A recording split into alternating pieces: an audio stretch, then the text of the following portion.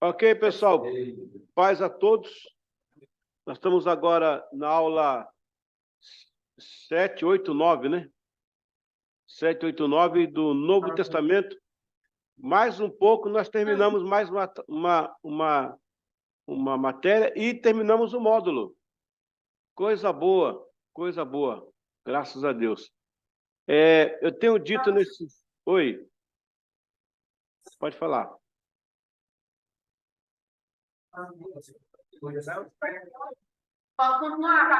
Assim, eu tenho dito que, embora estamos no seminário, a gente está fazendo um trabalho acadêmico, ao mesmo tempo com aplicação pessoal. Nós já pegamos muita informação nesse seminário. Olha, ainda estamos no primeiro módulo, né? Aí vem o segundo módulo, que é totalmente historicidade. Depois vem o terceiro módulo, que vai ter algumas coisas mais técnicas. Mas, mesmo assim, a gente está vindo nessa caminhada, né, de explorar a matéria com aplicação pessoal. Porque senão fica um seminário só de informação, só de técnica, informação, e nós precisamos usar ferramentas, né, para o ministério e para o nosso chamado. Então, é assim que nós estamos caminhando, né? Graças a Deus. E semana passada falamos sobre chamado e ministério e sobre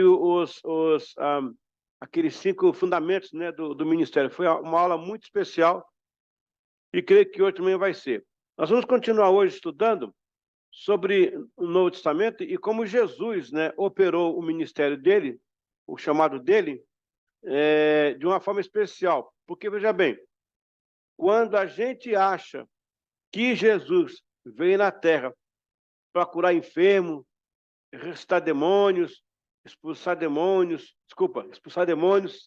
curar enfermos, ressuscitar demônios, não tem jeito, né? Curar enfermos, expulsar os demônios. A gente fica pensando num Jesus que era curador, que era pregador. Então, ele fazia isso, na verdade, as curas que ele realizava, os milagres que ele realizava, era bônus, porque o que ele veio fazer, ele veio destruir as obras do diabo e depois nos dar o plano da salvação. Basicamente, essas duas coisas estão, de certa forma, né, trazendo a ideia de Jesus. Vamos para o nosso material didático. Eu acho que ele está aqui. Espera aí, não está aqui não. Deixa eu ter que buscar aqui rapidinho. Onde é que está aqui? Eu tenho que pôr na tela. Ah, agora achei. Ok, vamos lá. Deixa eu chamar aqui de novo a classe. Acho que vai entrar agora, quer ver? Acho que vai entrar agora, né? Entrou, né? Certinho? Vamos ver aqui. Opa, tem que voltar aqui. Deixa eu chamar aqui para cima. Agora é aula 7. Deixa eu ver aqui, aula 7. Espera um pouquinho só, gente. Vamos lá para cima que é melhor. Espera aí. Opa. Onde é que estou aqui? Deixa eu ver aqui agora.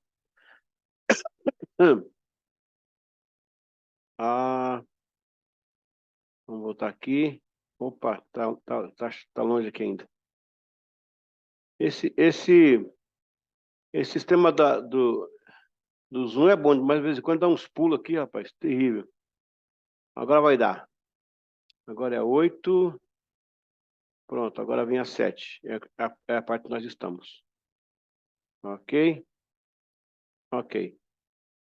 Aqui, ó, número 7. Pronto, chegamos lá, número 7. Ok, vamos lá direto para a página que fala do... Olha que figura abençoada aí. Meu Deus do céu. Esse é um deus grego, imagina. Cada um tem um deus que merece, né? Pelo amor de Deus. Ok. Vocês se lembram que existe aquela declaração de Jesus que nem as portas do inferno prevaleceria contra a igreja do Senhor? Eu estava nesse lugar aí, lá em Israel, cheguei até esse lugar, que é lá em Cesaré de Filipe, né? E lá onde Jesus fez essa declaração. Então, essa declaração aqui, pessoal, é a maior declaração da igreja, né?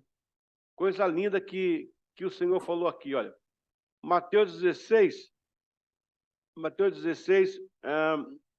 18, 19. Pois eu também te digo que tu és Pedro, e sobre esta pedra, que pedra é essa? Os católicos dizem que é Pedro, né? A pedra que Jesus se refere é a declaração de Pedro. Qual foi a declaração? Tu és o Cristo, o Filho do Deus vivo. Essa declaração que o Senhor fala assim, ó, não foi o sangue que te revelou, mas o meu Pai que está no céu. Esta é a pedra. Mas por que a pedra, professor? Sim, a pedra angular. O que é a pedra angular? A pedra angular era uma pedra que ficava no meio de um arco para dar sustentação a dois lados. Uma pedra, dos dois lados saía um arco. E aquela pedra angular era a pedra que fazia a sustentação. Então, Jesus é o centro, ele é a pedra, o Cristo, o Filho do Deus vivo, ele é a pedra, ele é o centro. Como tem dois complementos, então eu tenho a antiga aliança e eu tenho a nova aliança. É isso que Jesus está falando. E ele continua, eu edificarei a minha igreja, nesse caso a igreja aqui não é substantivo, a igreja, nesse dia aí, a igreja era um verbo, a minha igreja era convocação, né? No caso, carral, que depois virou eclesia, para nós, dando o nome de igreja. E as portas do inferno não prevalecerão. O que é esta porta do inferno? Lá nesse lugar, Cesaré de Filipe, aonde ele falou isso aí, existia um templo que vários deuses ali eram venerados, né? Tanto pelos gregos, depois pelos romanos, e havia lá a boca do inferno. Eu tive lá agora, na boca do inferno, né? É um local onde eles jogavam os mortos que eram feitos sacrifício. Então Jesus vai lá, vai neste lugar, e ele diz, olha, nem as portas do inferno. Tá vendo? Então, eu darei as chaves do reino dos céus, e tudo que ligares na terra será ligado no céu. Por que Jesus escolhe aquele lugar para fazer essa declaração? O que está por detrás dessa estratégia do Novo Testamento? O lugar é Pânias. Este nome está relacionado ao pânico. E quem é o Deus do pânico? Na mitologia grega, Pan é o deus das matas, dos campos, dos rebanhos, dos pastores. Olha só, Deus dos campos, dos rebanhos e dos pastores, tá vendo aí? Mora em grutas e vive aleatoriamente através de vales, montanhas, penhascos, caçando ou dançando com as moças virgens. Na mitologia, ele possui orelhas pontudas, meio corpo de bode, com chifres e pernas de bode. O busto é de homem. Também amante da música, usa uma flauta, a qual usa para infernizar, atormentar e pôr em pânico as pessoas. Tudo porque fora rejeitado por sua prometida. Saiu a sua casa quando correu dele, e ele, para ser mais ligeiro, fez da floresta um tubo para deslizar. Mesmo assim, não conseguiu seu intento e ela escapou. O som do tubo é o som da flauta, que ele usa para atormentar por causa da raiva da rejeição. Quando Jesus vai naquele lugar, estava respondendo ao pânico, quebrando as alianças de povos com essa mitologia, o qual o diabo tinha poder de ação. Eu quero que vocês entendam uma coisa, gente. O mundo espiritual possui leis. Possui leis. Por isso que você vai entender a questão dos altares na Bíblia. Os altares, o altar é uma ação humana selando uma intervenção sobrenatural, no caso de Deus. Quando o diabo sabe disso, ele inspira os povos a fazer a mesma coisa, mas com relação a ele. Jesus sabia disso, porque o mundo espiritual funciona assim. Então ele veio quebrar cada uma dessas alianças. Está entendendo? Então, veja bem, o Deus Pan, que era dos gregos, ele era adorado pelos gregos e pelos romanos ali. Havia uma aliança naquele lugar. Seres humanos deram uma aliança, uma mitologia. E o diabo pegou esse documento e trabalhou em cima dele. Por isso que Jesus, lembra que eu peguei na última aula uma cadernetinha para mostrar? Jesus veio com uma caderneta na terra, né? Ele ia pontuando, é muito importante isso, gente, essa aula é muito importante. Jesus veio pontuando cada local que ele ia desfazendo as obras do diabo. Veja o caso do Asclépio, a semana passada, lá no tanque de Betesda. Por isso que hoje Jesus cura a sua vida. Veja esse caso aí de Pânias, né? Nem o inferno prevalecerá, nem as portas do inferno, nem o pânico. E olha que interessante, o diabo tinha um deus grego que atormentava pastores e rebanho. É o Pânias. Ó, se você encontrar alguém aí em Santa Cruz atormentando o rebanho, o pastor, pode chamar de Pânias. Ó o Pânias aí, ó. Esse é o Pânias. Esse é o Pânias. Pode chamar de Pânias. Ei, Pânias. Boa tarde, tudo bem, Pânias? Como é que tá, Pânias? Beleza, Pânias? Pode chamar. Porque era o deus grego. O Kennedy agora deu risada. Porque, mas não é verdade? Porque era o deus grego para atormentar pastor e rebanho. Jesus vai lá e quebra. Glória a Deus que ele quebrou isso aí. Aleluia. E agora a igreja pode fluir. A igreja venceu, gente. Ei, a igreja venceu 2000 anos. E está vencendo, e vai vencer, e ninguém vai derrubar a igreja, não. Glória a Deus. Eu já li o último capítulo de Apocalipse. Lá falou que a igreja venceu. Eita. Vencemos o dragão, o diabo, o pecado, tudinho. Glória a Deus. Aleluia. Vamos continuar aqui. Ok. A história de pano de fundo. A historicidade. Cesareia de Filipe fica a 40 quilômetros ao norte do Mar da Galileia. É subindo, tá, gente? Situa-se embaixo da base do Monte Hermon. É ali que possui uma das maiores nascentes do Rio Jordão, bem como sua importância nos mananciais. Por ser um local fértil, atraiu muita gente, e entre os cultos religiosos foram se concentrando ali naquela região. E, portanto, em vários momentos de ocupações diversas, templos correspondentes ao culto da civilização ocupante foram sendo construídos ao longo da história, local entre eles a ideia grega e os seus deuses diversos. A história bíblica, geográfica e historicamente, o local é chamado de Baal Gad Hermon, no período do Antigo Testamento. Todavia, este local mais tarde foi nomeado Pânias, porque o deus Pan grego era adorado lá. Jesus esteve nessas redondezas, inclusive neste lugar, e fez a declaração contra o deus Pan, destruindo alianças feitas por civilizações onde o diabo possuía poder leal de atormentar pelo pânico. Assim, a grande confissão da igreja e a transfiguração ocorreu por aquelas regiões, embora seja 104 quilômetros de distância, Cesareia de Filipe, para o Monte Tabor, em Mateus 16, 13. Pessoal, eu expliquei aí no grupo sobre algumas palavras que estão digitadas com erro, né? Eu expliquei. Quem não viu a explicação, vai no grupo que tem uma explicação para vocês sobre essas letrinhas que estão trocadas aí. Então, vamos tentar não acontecer mais isso. Caverna do Pan. Fica neste local a Caverna do Inferno, ou Boca do Inferno, que faz parte de uma série de sites onde deuses eram adorados por suas respectivas civilizações, entre eles o deus Pan, o senhor do pânico.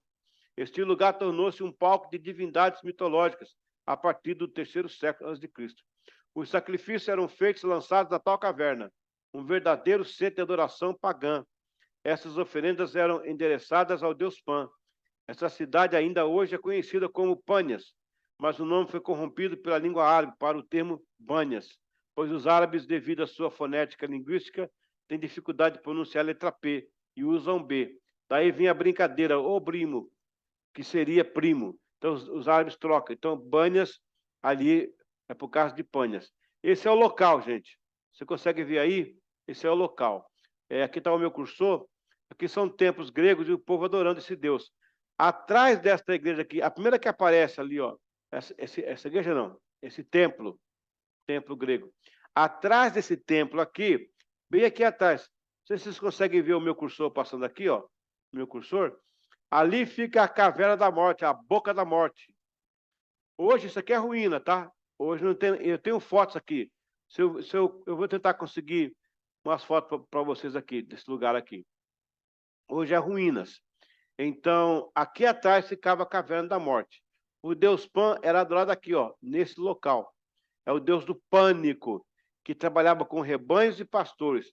Jesus esteve aqui e disse: acabou o pânico, não vai ter pânico para a igreja, não. A igreja vai prevalecer até aqui na porta do inferno, ó, até aqui. A ideia não é que o inferno vem sobre nós, é que nós vamos em cima do inferno. Glória a Deus. Aleluia, é ao contrário. Eita Deus, é ao contrário.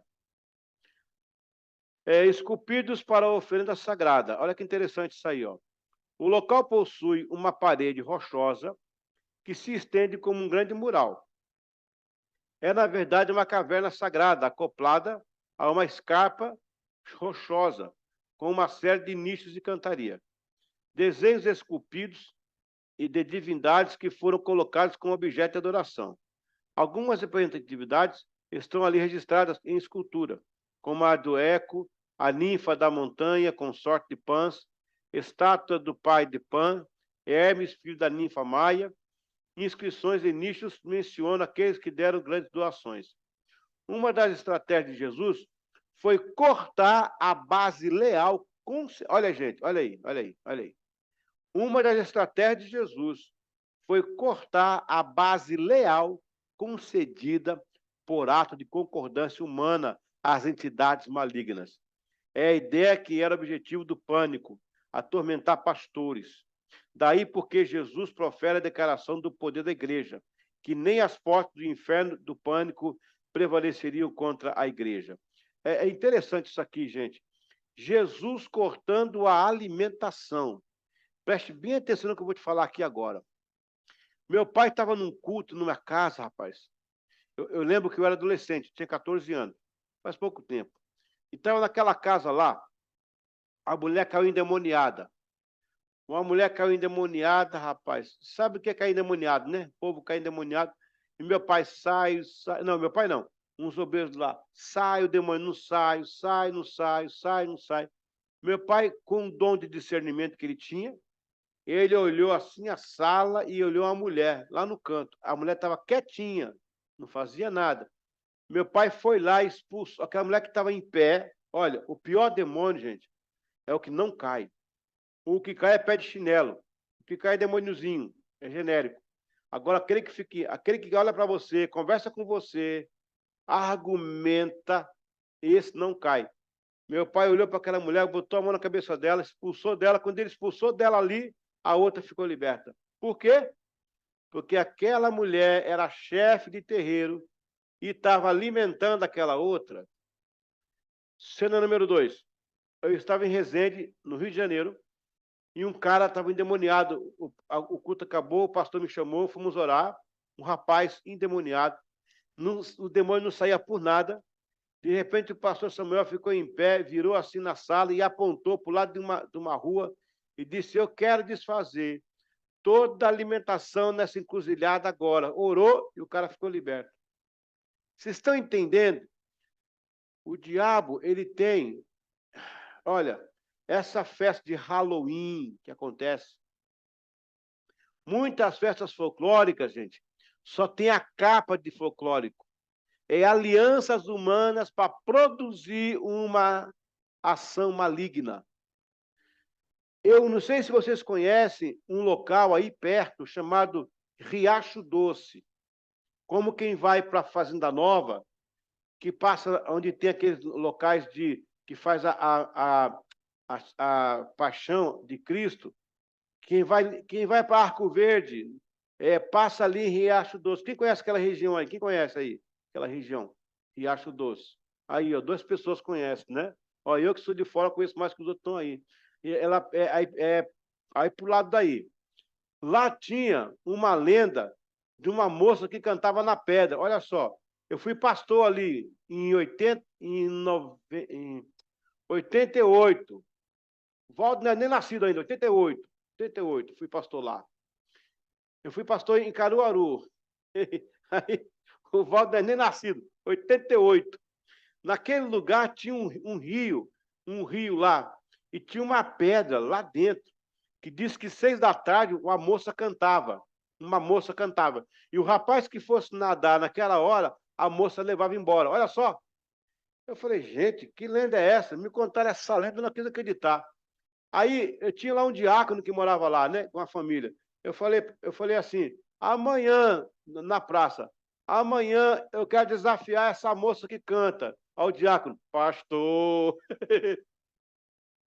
O diácono, cara, um crente, pastor. Falei, cara, rapaz, cala a boca. Agora comecei a ficar preocupado. Ó, amanhã eu vou nadar no rio, mas eu quero fazer um desafio agora.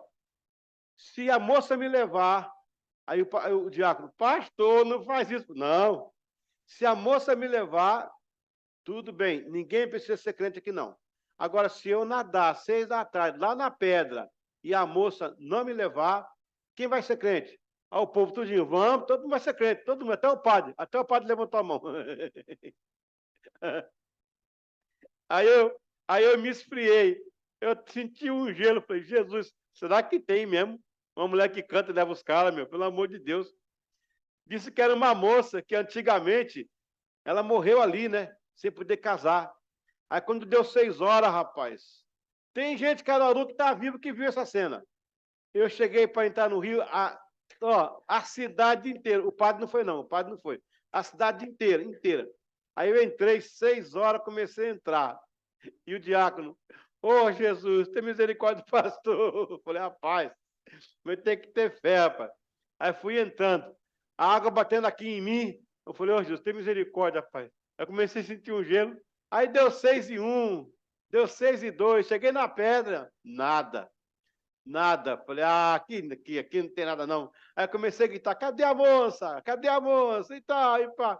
E ninguém. Aí eu voltei, agora você vai ser crente. Eu ganhei 22 pessoas e batizei lá para Jesus. Então, nunca mais, agora depois das 6, estão nadando, nunca mais aconteceu a moça cantar. Não? Jesus chegou, a moça calou a boca. Glória a Deus. Vamos em frente. Oi?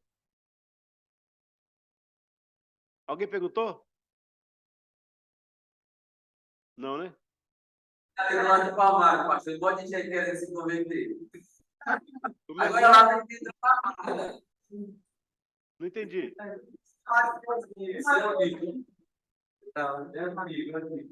Tem um bocado, tem uma tal de Maria Florzinha ali pro lado da zona da mata de Palmares. Agora lá é tem que entrar na mata. Aí tem uma turma querendo se converter, se o camarada tiver coragem ainda. Bora lá. Ó, a Galega da Cadiza é lá em Cararu. Não tem não, não tem não. A moça que canta em Riacho Doce acabou também. Vamos pegar essa da mata aí. Glória a Deus. Quando eu for aí, anote. Quando eu for aí, nós vamos lá. Quem tem coragem? Bora para cima. Vamos desfazer as obras do diabo. Outro aspecto. Deste Deus era o rebanho para colocar em polvorosa. Jesus jamais iria permitir que uma legalidade viesse dar a Satanás a permissão de atormentar as ovelhas do reino. Assim, ele desfez esta obra do diabo. A declaração de Jesus. Deus inicia sua criação, declarando seus propósitos de feitos nos céus e na terra. A voz de Deus, ou sua declaração, confirma ser o Senhor dos céus e da terra. Geograficamente, Jesus precisava ter ido a Cesaré de Filipe para desfazer o ato de Deus da pan-mitologia grega. E Jesus disse, nem as portas do inferno prevaleceria contra a sua igreja. Glória a Deus. Assim como em Betesda, ali, geograficamente, ele estava desfazendo a influência de Satanás através da mitologia do pânico. Como já foi mencionado, era um tipo de Deus que atormentava rebanho e pastores. Como pode alguém entrar na casa do homem valente e furtar os seus bens, se primeiro não manietar o valente, saqueando então a sua casa? Mateus 2:29. Geografia da libertação é a palavra. Cantada, escrita ou por libras, etc. É a moeda da compra, da venda, na conquista do mundo espiritual. Você está alimentando a geografia de Satanás ou a de Deus? Pessoal, preste bem atenção que eu vou falar aqui agora muito profundo, tá? A moeda no mundo espiritual é a palavra. Preste bem atenção. Qual que é a moeda do Brasil? É o real. Qual que é a moeda do Japão? É o iene, não é isso? Qual que é a moeda da Inglaterra? É a libra. E dos Estados Unidos? É o dólar. E da Argentina? É o peso. Qual que é a moeda espiritual? É a palavra. Eu pergunto a vocês, quantas vezes Pedro negou Jesus? Vocês lembram? Quantas vezes? Quantas vezes Pedro negou Jesus? Quem lembra aí? Posso não aí, quantas vezes? 2, 1, 3? Quantas vezes Pedro negou a Jesus? Quem está lembrado? Amém? 3 vezes, né? 3 vezes. Quantas vezes Jesus perguntou para Pedro se ele o amava? 3 vezes. Sabe por quê? Porque Pedro falou lá atrás, não conheço esse homem. Segundo, nunca vi, nunca estive com ele. Haviam 3 débitos espirituais que o diabo estava trabalhando. Jesus pergunta, Pedro, tu me amas? Tu sabe que eu te amo. Pagou a primeira. Pedro, tu me amas? Tu sabe. Eu perguntei, por que Jesus tem que falar 3 vezes? Pedro não era moco. Pedro não era moco. Por que Jesus perguntou 3 vezes para ele se o amava? Porque havia 3 duplicatas vencidas. Palavras do mundo espiritual são moedas.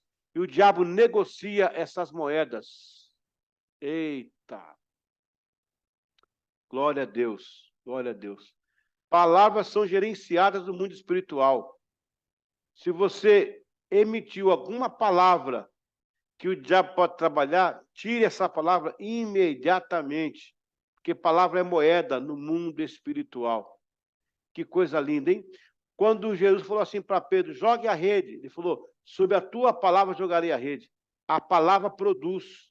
A palavra é moeda no mundo espiritual. Então, quando Pedro falou que amava Jesus, aí, quando ele pagou a última, o Senhor veio confirmando, apacenta o meu rebanho, que estavam pagos já, né? As duplicatas vencidas. Espaço geográfico e paisagem geográfica. Ocupação espiritual está no espaço geográfico, independentemente da paisagem modificada ou não. Geograficamente, Deus habita no meio dos louvores. Altar em pecado inibe a presença de Deus. Meu Deus. Veja que em Cafarnaum, Jesus fez poucos milagres. Em Betânia, ele espera geograficamente e esteticamente 2.735 metros, para depois entrar. As medidas de distância que colocam as tabelas introdutórias do Novo Testamento indicam para um estádio romano 185 metros. Para o evangelista João, se utilizarmos o estádio romano 15 estádios, seriam 2.775 metros. Só após a responsável pelo território ele se manifestou. Por que Deus desceu o Sinai para entregar as leis? Porque primeiro era um local, longe das nações, e Deus iria revelar-se ao seu povo. Segundo, se elevava no território, assim um lugar de cosmovisão para Moisés, um tipo de altar. Por que você acha que é usar as palavras terreiro, territórios? Não tem terreiro de macumba? Tem. Porque os espíritos conhecem o mundo do sobrenatural e sabem como funcionam as leis. Por que eles oferecem encruzilhadas, cemitérios? Porque há demanda sobre esses lugares, por causa do ciclo da legalidade. O ato humano, base legal para a intervenção do sobrenatural. O sobrenatural promove as intergerências do mundo físico natural. Interferências, o mundo físico natural. É um ciclo que se autoalimenta. Eva decidiu pecar na carne. O diabo usou o pecado de Eva para persegui-la. Os filhos de Eva se arrependem na sequência da descendência. E, através de Jesus, alimentou a salvação sobrenatural que volta como segurança eterna do crente. Olha que interessante. Eva pecou na carne e trouxe consequência espiritual. Pronto. Jesus sai do espiritual, assume a carne, resolve o que Eva fez e devolve o mundo espiritual. Eu vou repetir. Eva pecou na carne e nos deu um problema espiritual. Ninguém podia resolver. Ninguém. Só alguém do mundo espiritual. Jesus vem do mundo espiritual, assume uma carne, nasce de Maria, resolve o problema na carne e nos devolve a eternidade, a salvação no mundo espiritual. Então, os céus e a terra é feito de legalidades. A palavra criou Deus os céus e a terra, esse artigo, essa conjunção e a terra, em hebraico é vav. Vav é algo suspenso no outro. Os céus segurando a terra. Então, existe um princípio que rege o céu e a terra. Jesus sabia, que o diabo sabia, que ele ia fazer isso. As civilizações que não conhecem a Deus, o diabo ia inspirá-los a fazer atos humanos para dar base legal para a ação demoníaca. Por que você morre? Porque a gente morre e imediatamente o corpo fica aí e o espírito vai embora. Por quê? Porque está lá em Eclesiastes 12, o pó volte ao pó, mas o espírito volte a Deus que o deu. Ou seja, é ilegal, repito, é ilegal um corpo sem espírito, um espírito sem corpo na terra. É ilegal um espírito sem corpo na terra. É por isso que o diabo entra nas pessoas, em animais, porque é ilegal um espírito sem corpo na terra. Quando Cristo passa no Getsêmani, subindo o cativeiro, lá do Salmo 24, ele chega para Maria e fala assim, não toques, porque ainda eu não fui para o Pai. Por que ele fala, não me toques, que eu não fui para o Pai? Ele estava passando em espírito ainda, ele ia levando aquele povo, para depois voltar, né, na ressurreição, e ali ele se fazer presente. É interessante porque, quando ele fala, não me toques, não fui para o Pai, ele estava levando o povo do Antigo Testamento juntamente com ele, segundo Mateus 20, segundo Salmo 22, 24, né? Levantai as portas eternas, levantai as vossas cabeças para criar o Rei da Glória. O Senhor forte e poderoso, ele é o Rei da Glória. Então ele está levando, ou seja, ele disse, Maria, não toque em mim, Madalena, não toque em mim, porque eu sou o dízimo da salvação. Eu vou levando o dízimo, eu vou entregar o dízimo da salvação para que todos sejam libertos. Com isso, você entende que o mundo espiritual ele é acionado pela ação material. É a terra que provoca o céu.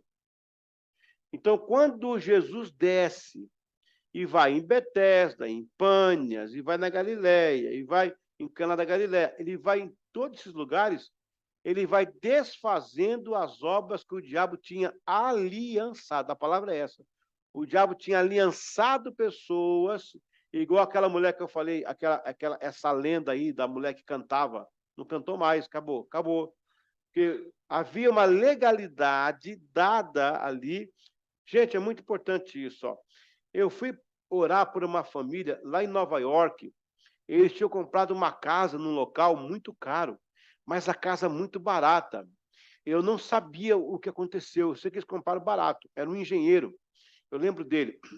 Nós oramos. E na hora que eu estava orando, na hora que eu fechei os olhos para orar, eu vi uma mulher caída no chão, de saia rosa, camisa branca ensanguentada.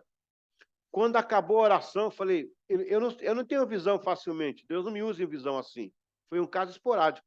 Eu disse, escuta, eu vi uma moça aqui caída no chão, com uma faca, com sangue, como se fosse esfaqueada. A mulher olhou para ele assim, arregalou os olhos, puxou um jornal e mostrou. No jornal, ali tinha sido um assassinato. Eu não sabia. E Deus mostrou e falou, meu filho, ore para que se quebre uma aliança de morte feita nessa cozinha. Aí eu orei, porque se eu não oro, fica a legalidade, e o diabo vem e faz de novo. Olha que interessante. Por isso, quando você alugar uma casa, quando você comprar uma casa, um carro, ore. Não ore pela casa, não. A casa não tem que orar por casa, nem ungir carro, não. Nem ungir casa. Mas ore para que os atos que foram feitos ali não tenha permissão para que fique ali atormentando. Porque o diabo não vai te endemoniar. Vai ficar ao derredor te atrapalhando. É isso que Jesus fez. Ele foi lá Ele destruiu, desaliançou aquela obra do diabo para dizer, nem as portas do inferno vão prevalecer contra a minha igreja. É isso. Quebra de aliança. Amém? Vamos lá. Vamos, então, abrir para vocês fazerem perguntas ou comentar algo que vocês acharam interessante. Amém? Está aberto aí o canal.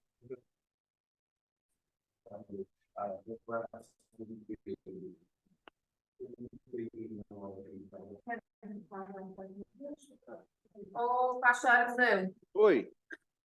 Paulo está pedindo para o senhor explicar novamente a declaração de Pedro, no começo da aula, que ele não entendeu bem. A declaração de Pedro, ali, quando fala assim, tu és Pedro, e sob esta pedra edificarei a minha igreja, Jesus aproveitou o nome dele, que era Pedro, que significa Petrus, que é pedra, e disse, olha, tu és Pedro, e sob esta pedra, que pedra é essa que ele está falando? A pedra é a declaração de Pedro. Pedro disse, tu és o Cristo, o Filho do Deus vivo. Esta é a pedra.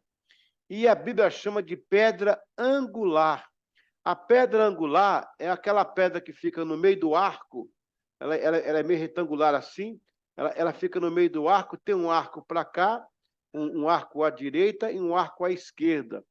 Seria a antiga aliança e a nova aliança, e Jesus no meio sustentando as alianças, os testamentos. Então, a pedra que os católicos dizem que foi Pedro, por isso diz que ele é o primeiro Papa e não sei o quê, não. A pedra é a declaração de Jesus, que era uma pedra fundamental do Evangelho. A pedra angular, a pedra de fundação. Tu és o Cristo, o Filho do Deus vivo. Essa é a pedra no qual o Senhor se refere. Mas alguém tem alguma pergunta? Pastor, é mais um comentário, eu gostaria até mesmo de falar. É um filme que eu considero muito bom, que é aquele filme de Lutero, acho que é de 2005. Aí, uma das partes, quando ele vai ser julgado, né? Ele faz essa declaração justamente falando sobre isso.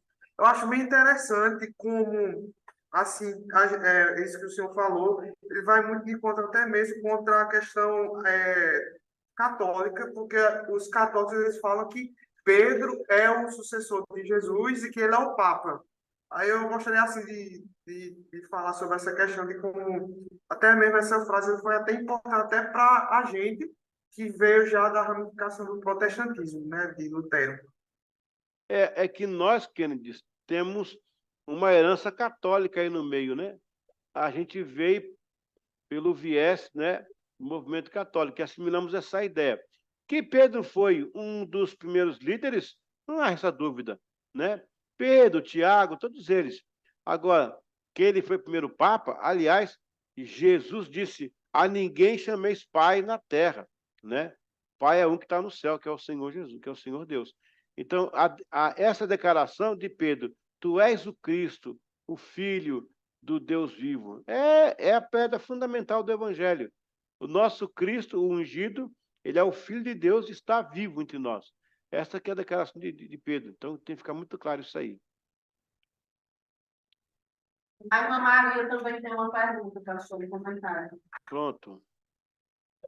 Voltando aí, esse negócio aí de você estava falando sobre espírito, né, essas coisas que acontecem com as pessoas, que elas se manifestam, essas coisas, né? Sim. Falando do próprio demônio, que eu posso dizer assim. Veja só, tem uma família que eu conheço, que a mãe, ela morreu de câncer, o pai era alcoólatra, e os filhos são alcoólatras, certo? Sim. Todos os filhos. E aí, pode ter uma herança hereditária, posso dizer assim, através disso, ou, assim, eu acredito assim, pode ter também nisso, e pode ser que seja apenas vícios, ou não, me explica, por favor. Então, vamos lá. Tem duas respostas aí. Tem uma resposta sociológica e tem uma resposta espiritual. sociologicamente, o ser humano é formado pelo ambiente ao qual ele recebe os sinais. Por que falamos português nessa sala? Porque nós crescemos num ambiente de língua portuguesa, tá? Eu tenho 2 filhos que moram nos Estados Unidos, eles falam português com dificuldade, porque eles foram criados lá. Então, assim, Maria, em primeiro lugar, sociologicamente, sim, a pessoa pode ser levada por aquele problema e repetir, né, os traços do pai e da mãe. Há casos que, por exemplo, tem casos que eu vejo, um caso bem típico em São Paulo, 2 meninos na mesma casa, né? Um foi para prostituição e o outro não, a família toda envolvida em prostituição. Então, pode ser, sim, que sociologicamente ele possa reproduzir os comportamentos. Segundo lugar, espiritualmente também, o diabo vai encontrar alguma forma de influenciar aquela família para que fique aquele ciclo vicioso. Pode notar, numa família tem vários divórcios, numa outra tem vários sequências de roubo, tem famílias que é toda fofoqueira, tem outras que é toda, sabe, é por isso que a gente como cristão, temos que quebrar o ciclo, essas alianças. Veja bem, esse negócio de maldição hereditária, não é? O que quebra uma maldição hereditária? É a obediência. Não adianta eu orar para uma pessoa expulsar e a pessoa não obedece. Tipo assim, eu bebia, meu avô bebia, era alcoólatra, meu pai bebia, era alcoólatra, mas eu não vou beber. Eu não serei mais alcoólatra. Depois de mim, a minha geração vai ser outra. Então, está na sua mão. Você não pode você não pode responder pelo seu pai e pela sua mãe, pelos seus avós, mas você pode responder da sua geração para frente. A minha avó era médium espírita, de mesa branca. Ela recebia vários espíritos. Até que um dia o Manuel de Mello, em 1954, foi fazer uma conferência em São Paulo. Minha avó foi. Ela ficou possessa, ele expulsou dela, né, aquelas entidades, e ela tornou-se uma serva de Deus. Da minha avó em diante, nunca mais. A minha avó gerou 43 pastores. Aliás, filhos pastores foram 2. Mas aí a família foi evangélica, foi crescendo. Hoje nós somos mais de 40 pastores na família. A família mudou da minha avó para frente. Da minha avó para trás, era uma historicidade de entidades malignas, né? Da minha avó para frente, mudou completamente. Então, sim, Maria, pode ser sim, que haja influência. Por isso que a igreja tem que entrar para pregar. O evangelho entra para curar, que diz assim o texto, né? E o povo que estava em trevas viu uma grande luz. É aí que entra o poder do evangelho. Glória a Deus por isso. Pastor, veja, essa mulher que eu lhe falei, ela morreu de câncer, ela fazia essa mesa branca, ela era espírita, Sim, certo? sim. E aí eu vi muita coisa assim dessa família, entendeu? Eu vi coisas que aí eu comecei a orar, e a gente ora ainda muito por elas, porque são pessoas que são todas destruturadas, a família, entendeu? A família é estruturada. Mas aí, através das orações, eu creio no poder da oração, que vai ser quebrada essa aliança. Eu acho que é uma aliança que fizeram. Amém. Sim. Amém. Amém. Isso mesmo. A oração com obediência, né? Declarando, igual o Senhor falou, ele declarou vitória, declarou a libertação. Amém. Ok, pessoal, vamos então para a segunda aula já, porque há tempo? Ou vocês querem um intervalo? Ô, pastor, poderíamos seguir direto agora e da segunda para a terceira aula a gente pede um tempinho para o pessoal tomar um cafezinho e esticar. Pode ser? Pode ser. Você falou, tá falido. Tá falado. Tá falado, falou, tá falado. Vamos então, deixa eu chamar aqui a apostila para a gente continuar aqui na apostila. Mas, povo, vocês entenderam aí, né? O que é que Jesus estava fazendo? Ele estava quebrando as alianças feitas por nações. Gente, isso é muito forte, hein? Isso é muito profundo, muito profundo. Ele quebrou as alianças, né? Glória a Deus. Vamos continuar aqui, então, a aula número 8. Olha lá, número 8, disciplina do Novo Testamento. Vamos então aqui à primeira parte da aula número 8. Ok.